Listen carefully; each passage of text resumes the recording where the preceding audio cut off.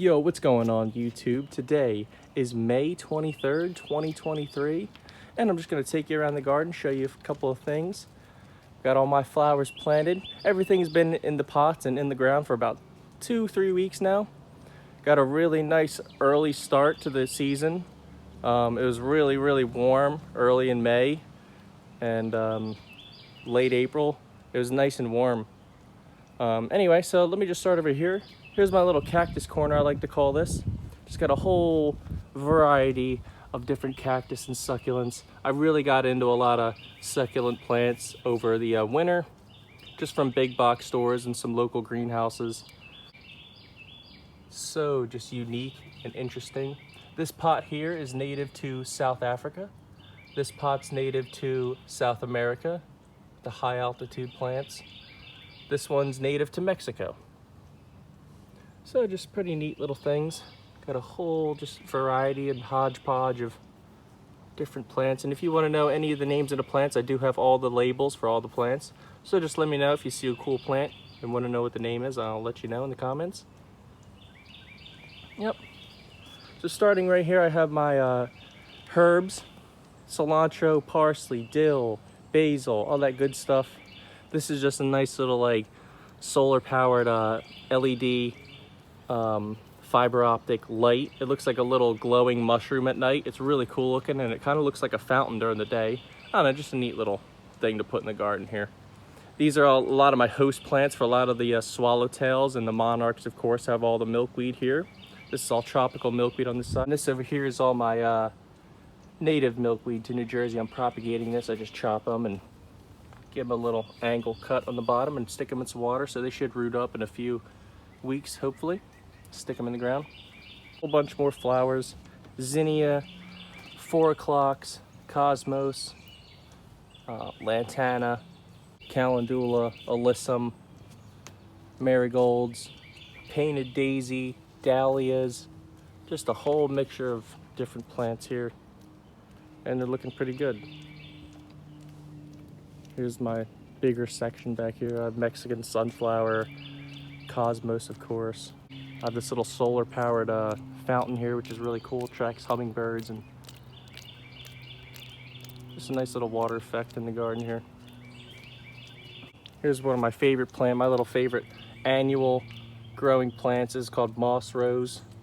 And I put them in these little terracotta pots with the holes on the side because they like to drape down. They have beautiful little cactus flowers on them, and they're very drought tolerant once they're established.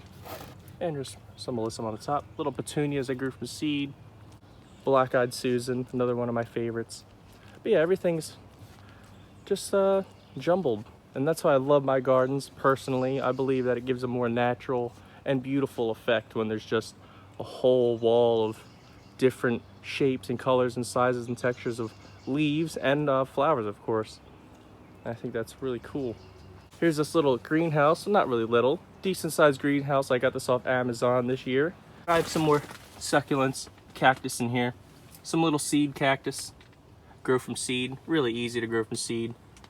Here's some that are about a year old now, some of my favorites. Pharaoh cactus. Some lithops. There's some little lithops from seed as well. They're doing all right, kind of getting baked, but this gets really direct morning sun, and then, you know, afternoon shade and evening shade, of course. Okay, let's go down the garden, check it out. Just want to point out the grass looking absolutely amazing and super lush and beautiful. I let the ducks out to graze on it, and they poop on it and just keep it nice and trimmed for us. This is a lot of New Zealand clover and just grass. Grass mixed in, and just nice and lush and beautiful. Here's just a pot I just have sitting here for the time being, just with some squash in it. I'll probably move it in the garden or on the deck sometime, but this gets full sun right here. Here are these little mushrooms I made. Very easy to make. You just get a little bit of sand in a container, put a little saran wrap, make a little divot, pour your concrete in, put a nail in it when it's drying. Once it's dry, take the nail out, drill a little hole in the stick, pop them in. Easy little ornament. So they're kind of fun. This is where I'm going to plant all my native milkweed right in here. This gets full sun all day. So there's some daylilies. Waiting for them to pop. They get huge. Love some daylilies. And the fig tree, of course, looking beautiful as always. Pruning this up nicely. I have some nasturtium planted down here and some cardinal climber as well, with a little bit of I think there's some morning glories in that little area. So they should climb up nicely and kind of reach over. I have a few actually in these pots, so they should nicely climb over and give a nice vine effect. I think that'd be really cool. Okay, and here are my peppers. I did all my vegetables on the outside this year, just peppers, eggplants, and tomatoes.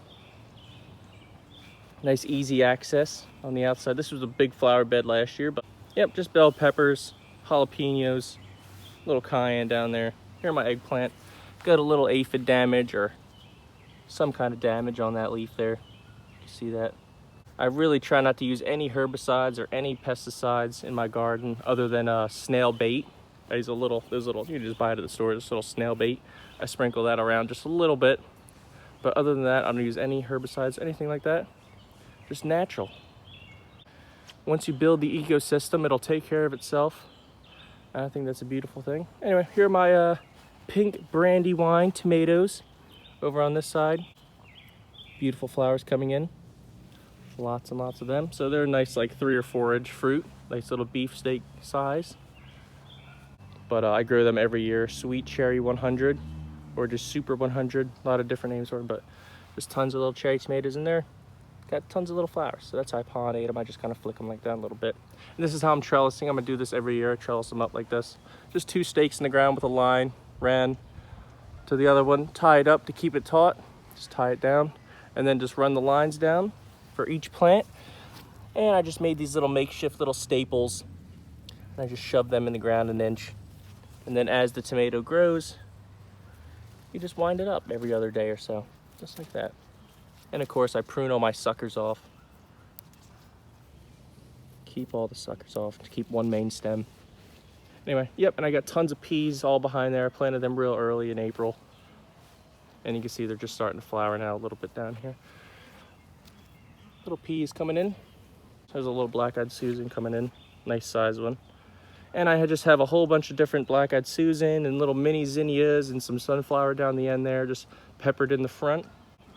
And here's the garden. Got the mint, of course, taking over. I don't mind, the ducks like to eat it and it freshens their breath. And my strawberries are doing good. This is especially where I use my slug bait, is down along these strawberries, but you can see they're doing all right. This gets partial shade in the early morning, but you can see the sun's just coming over. But in the summer, the sun does clear these trees pretty much all afternoon and comes right over here behind the house, a little bit behind that tree. But remember this last year, this was my little bee feeding station. I put like sugar water. I think I had a little apple in there. Something took the apple.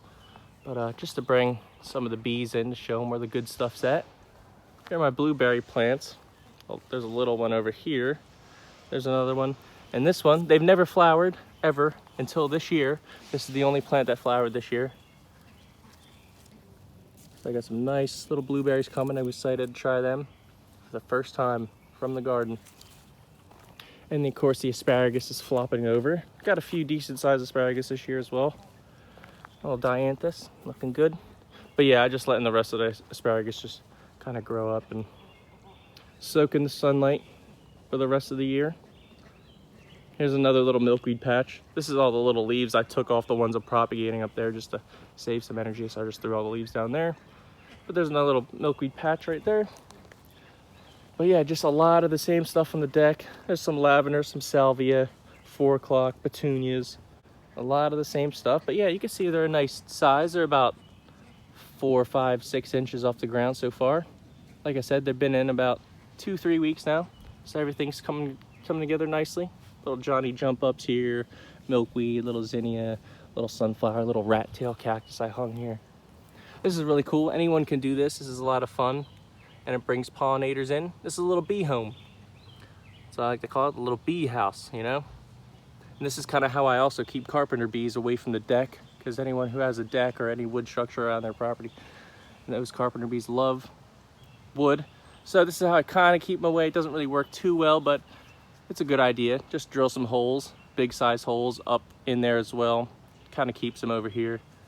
And of course, for the masonry beads, you can see some of the mud caps on some of the holes there. So that's good. That's a good sign. Yeah, just logs with holes drilled in them, different size holes. Gizzy, what do you smell? You finding mice?